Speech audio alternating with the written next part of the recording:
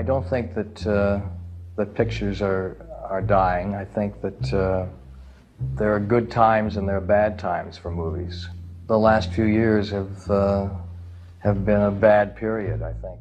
Bom dia, o meu nome é David Pontes e está a ouvir o P24.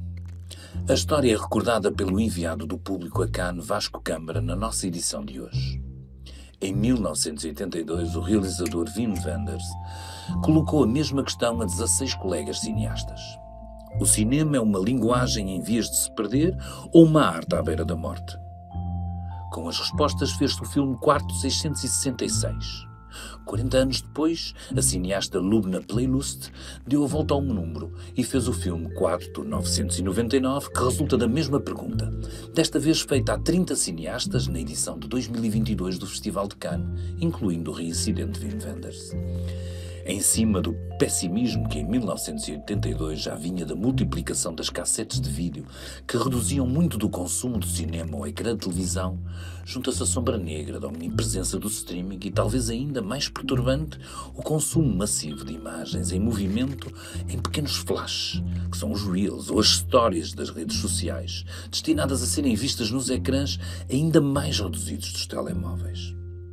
O que vai acontecer à história, questiona-se a realizadora do acontecimento, Andrei Diwan, percebendo que os seus filhos já não se conseguem abandonar ao tempo do cinema. Cannes regressa para mais um ano, com a sua passadeira vermelha, as fotografias das estrelas, mas sempre com vontade de questionar a arte que celebra. Regressa com um ar ameaçador da mudança do tempo, mas com a missão de nos lembrar do prazer de nos entregarmos ao escuro do cinema, sem interferências, no abandono com que se tecem as grandes relações, onde crescem os pensamentos em profundidade, as complicidades que prometem revoluções. Regressa com a esperança que tudo isto não tenha ficado perdido no século XX e que ainda estejamos para mais um milénio de cinema. E como também é uma tradição, o jornalista e crítico Vasco Câmara regressa a Cannes para uma extensa cobertura do certame. E foi de lá que falou Inês Rocha sobre aquilo que podemos ver no mais importante festival de cinema do mundo. Tenham um bom dia e bons filmes. Vasco, boa tarde. Boa tarde. Falas connosco desde Cannes, um dos festivais de cinema mais prestigiados do mundo.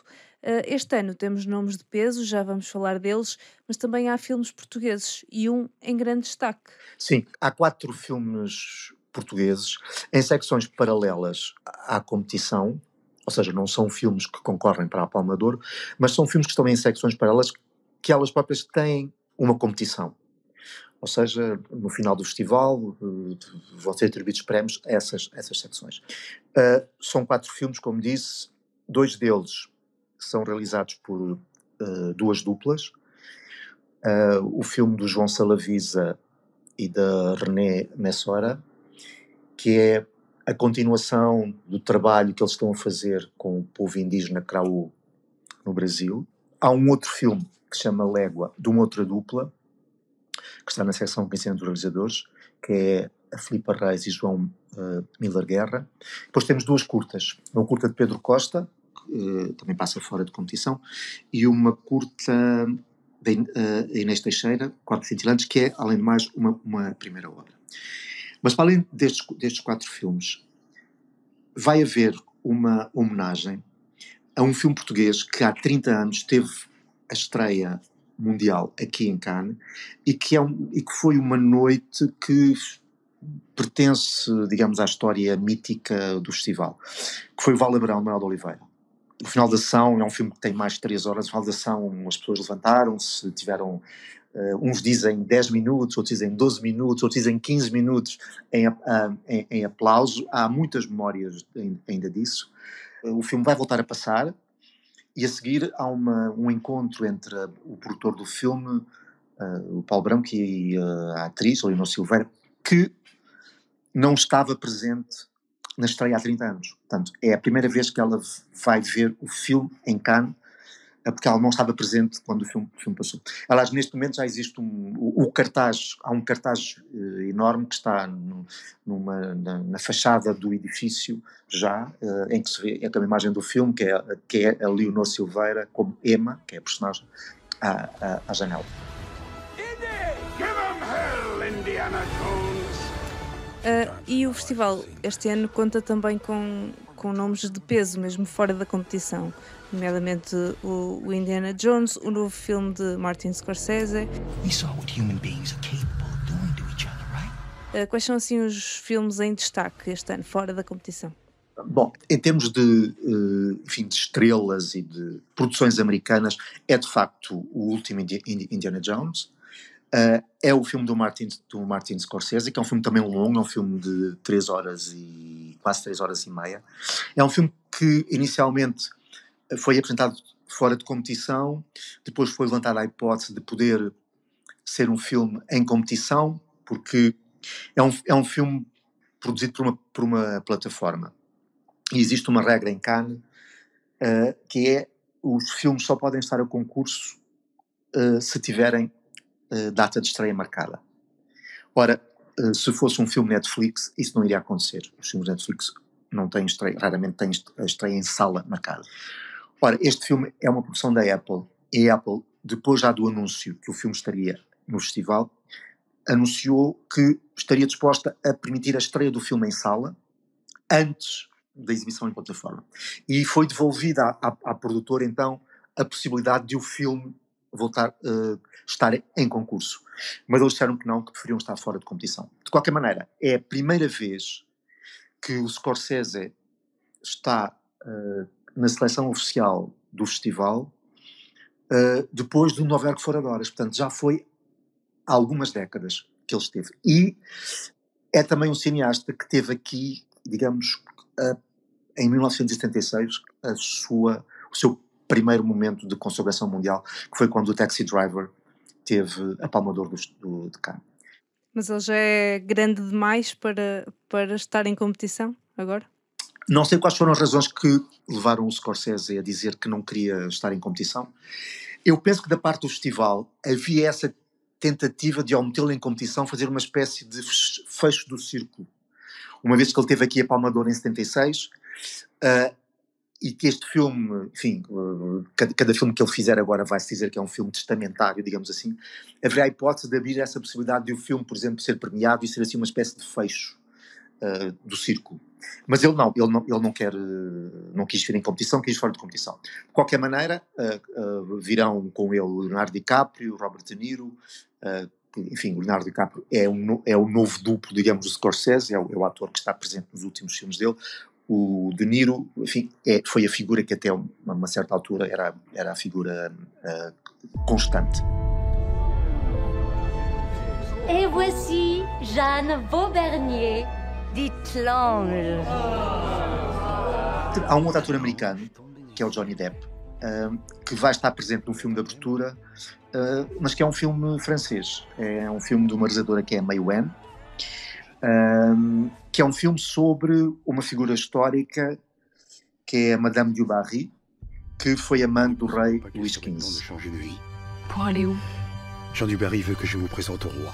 E depois daquilo que aconteceu recentemente com o Johnny Depp, o processo judicial que o opôs à ex-companheira, a Amber Heard, e independentemente do que foi a sentença, ficou uma desconfiança, um olhar sobre o ator que uma parte, ou uma certa imprensa americana considera que devia ter levado Cannes a não permitir que o filme estivesse a abrir o festival. O Thierry Frémaux, que é o diretor artístico, disse que ele não sabe nada sobre o processo, que não seguiu o processo, que isso não lhe interessa, que o que lhe interessa é ser um filme da realizadora May Wen e ser um filme com um grande ator, e que foi isso que ele selecionou, foi um filme com um grande ator. Passando então à competição, o presidente do júri deste ano é um sueco, já venceu 2 vezes a Palma de Ouro. Quem é que é este realizador? O que é que podemos esperar do júri este ano? Olha, o presidente do júri é o Ruben Östlund, que de facto é um realizador que pertence a um grupo muito pequeno de realizadores que já tiveram 2 vezes a Palma de Ouro. Que o prémio que lhe foi entregue o ano passado, portanto a segunda Palma de Ouro, me parece-me bastante excessivo e bastante... vinha muito pouco a propósito, digamos assim, em relação ao filme. Mas pronto, o facto é que ele tem. O Thierry Frémaux hoje disse que inicialmente ele tinha querido uma mulher como presidente do júri, mas que não foi possível. Não é? Portanto, suponho que o que ele quis dizer com isto foi que a pessoa que eles tinham pensado não estava disponível. Mas ele disse que, da parte dos homens, o Ruben Östlund, que é este cineasta sueco, era o primeiro da lista. E ele aceitou. E ele disse que lhe interessava, então, colocar no mapa do festival um cineasta do norte da Europa, onde está a haver um movimento, segundo ele, interessante em termos cinematográficos, uma série de realizadores que estão a aparecer, já com segundos e terceiros filmes e que estão a dar cartas nos festivais, e que lhe interessou ter alguém que simbolizasse esse movimento. The television is replacing it, yes. I myself prefer watching most television to most movies. Há um filme que vai passar, um documentário que vai passar no festival, que se chama Room 999, que é um encontro com vários cineastas, hoje da atualidade. Aliás, isto foi filmado o ano passado aqui em Cannes, num quarto de hotel, em que eles tinham 12 minutos cada um para responder a uma pergunta. E a pergunta era: será que o cinema está a morrer? Ou será que o cinema tal como o conhecíamos está a morrer? O filme chama-se Room 999. Porquê? Porque em 1984 o Wim Wenders juntou uma série de cineastas, também num quarto de hotel, chamou ao filme Room 666, e a pergunta era: qual é o futuro do cinema? Portanto, isto nos anos 80. Portanto, este filme, de alguma maneira, pretende responder ou continuar a essa questão, e a pergunta já não é qual é o futuro do cinema, a pergunta é se o cinema está a morrer. E uma das pessoas que fala nesse filme é o presidente do júri deste ano, o Ruben Östlund, que tem uma visão bastante pessimista em relação às condições como hoje acedemos aos filmes. Ele contou a história dele próprio quando foi a um resort onde havia restaurantes mexicanos, franceses, italianos, e ele experimentou-os todos. E a comida soube-lhe ao mesmo.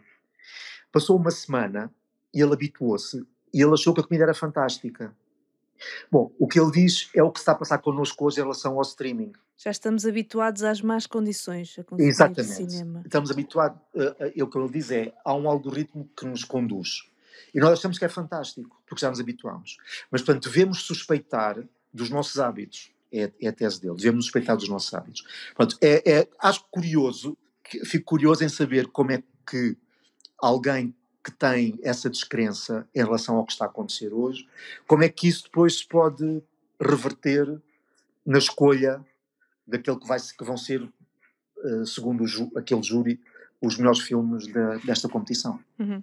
E quais são os grandes concorrentes este ano? Olha, sabes, são 21 filmes. Cannes costuma ser quase muitas vezes criticado por serem sempre os suspeitos do costume. Ou seja, por haver sempre uma série de realizadores que aqui estão. E é verdade que isso acontece em todos os festivais, porque eu penso também que existe um desejo de continuidade. Por exemplo, há um cineasta que vai estar este ano outra vez, que é o Wes Anderson. O Wes Anderson está sempre cá, não é? E, independentemente de estarmos ou não fartos do Wes Anderson, eu percebo que há um desejo de continuidade. Mas também há uma coisa interessante, que é: há aqui uma série de cineastas que são nomes, de uma certa maneira, de guerrilheiros, ou seja, de figuras que representam o oposto daquilo que é o sistema, digamos, hoje. Bom, olha, por exemplo, Wim Wenders. O Wim Wenders vai estar em concurso, em competição. Ora, não é muito óbvio chamar o Wim Wenders hoje para um concurso. Não é muito óbvio. Não é um cineasta que seja na moda. É um cineasta que já foi muito importante, é um cineasta que participou certamente da educação cinéfila de muita gente, mas é um cineasta que de alguma maneira desapareceu, ou seja, a sua relevância foi-se perdendo com o tempo. E ele vai estar cá em Cannes com 2 filmes, um filme em competição e um filme fora de competição. Depois temos um enorme cineasta chinês, Wang Bing, que é um cineasta que no seu país tem um estatuto quase marginal, porque os seus filmes não são produzidos de forma, digamos, legal, não são pedidos de forma oficial, e como tal não são vistos de forma oficial. É um cineasta gigante, porque passa anos nos lugares mais recônditos do seu país para tentar filmar a sociedade, aquilo que está a acontecer ao seu país, e ele vai estar em competição. Tudo isto me parece que não se pode arrumar assim a competição de Cannes como são os suspeitos do costume. Não, há aqui outras coisas. E tens previsões ou apostas de quem é que será vencedor? Não tenho previsões nem apostas e acho sempre que isso é um exercício condenado ao fracasso, porque assim, está ali uma dezena de pessoas que não sei o que é que eles pensam, não sei o que é que eles gostam, e portanto, geralmente nós quando chegamos ao fim fazemos sempre, os favoritos não são os favoritos, são os nossos favoritos, aqueles que nós gostamos mais, ou aqueles que nós achamos que têm mais hipóteses, mas não sei se são os favoritos do júri. Portanto, são aqueles que nós achamos. Eu não sei se o júri sequer se lê os jornais para estar a ver o que é que a imprensa acha. Portanto, é muito subjetivo também. É muito subjetivo e é muito aleatório. E depois eles têm reuniões, não é? Vão tendo reuniões ao longo do festival, depois têm uma reunião magna na véspera, isolam-se numa vila, é um ritual, isolam-se numa vila e ficam a discutir, porque depois há uma série de jogos a fazer, quer dizer, há uns que estão de acordo, outros não estão de acordo, e muitas vezes até o filme que ganha não é necessariamente o filme em que eles todos votaram. Se calhar até, às vezes acontece, é uma segunda escolha, porque eles estão divididos, porque uns votam no A, outros votam no B, então escolhem o C, porque o C todos eles concordam. Portanto, tudo isto dizer qual é o favorito é aleatório. É um jogo que nós jogamos todos um bocado, mas eu penso que o fundamental é o que eles gostam, e o que eles gostam eu não sei. Uhum. Só para terminar, este festival é um pouco mais diverso em termos de escolha. Há 7 realizadoras em 20 realizadores no total, ou seja, mais diversidade de género. Há também mais diversidade em termos internacionais de escolha de filmes, não é? Tens noção disto? Cannes está a fazer um esforço maior por uma maior diversidade? Eu acho que todos os festivais trabalham isso, quanto mais não seja porque quando por alguma razão isso não é feito, e muitas vezes eles dizem, eu só posso escolher filmes que existem, não posso escolher para filmes que não existem. Se não me chegam filmes feitos por mulheres cineastas, eu não posso escolher filmes escritos por mulheres cineastas. Mas quando isso acontece, ele tem razão. Isso não é suficientemente valorizado. Ou seja, a questão só é notada quando isso não é feito. Quando isso é feito, não é. De facto, há 7 realizadoras nesta edição, 2 delas representando o continente africano e uma delas um primeiro filme. Ou seja, é alguém que nunca tinha feito longas-metragens, portanto, e que está já em competição. Portanto, de facto, e Cannes de facto tem um peso que nenhum dos outros festivais tem. Portanto, as coisas aqui têm são amplificadas de uma outra maneira. Portanto, porquê? Porque também o peso simbólico das coisas é muito maior. Portanto, percebo que existe um maior cuidado da parte de quem programa e percebo também que existe uma maior atenção crítica da parte da imprensa, porque de facto as coisas têm um peso simbólico maior. Vasco, muito obrigada e bom festival. Obrigado. E também esta terça-feira começam nas escolas as provas da frição, feitas exclusivamente em formato digital. Se passar pelo site do Público, poderá esclarecer todas as dúvidas sobre este novo formato de prova para os alunos portugueses. Também no site do Público pode ler uma investigação do consórcio internacional Investigate Europe sobre o labirinto de plástico. Em Portugal, diz a investigação, as metas para a reciclagem em 2030 dificilmente serão atingidas. Este episódio teve a participação de David Pontes e Vasco Câmara. Eu sou Inês Rocha. Tenham um bom dia e até amanhã.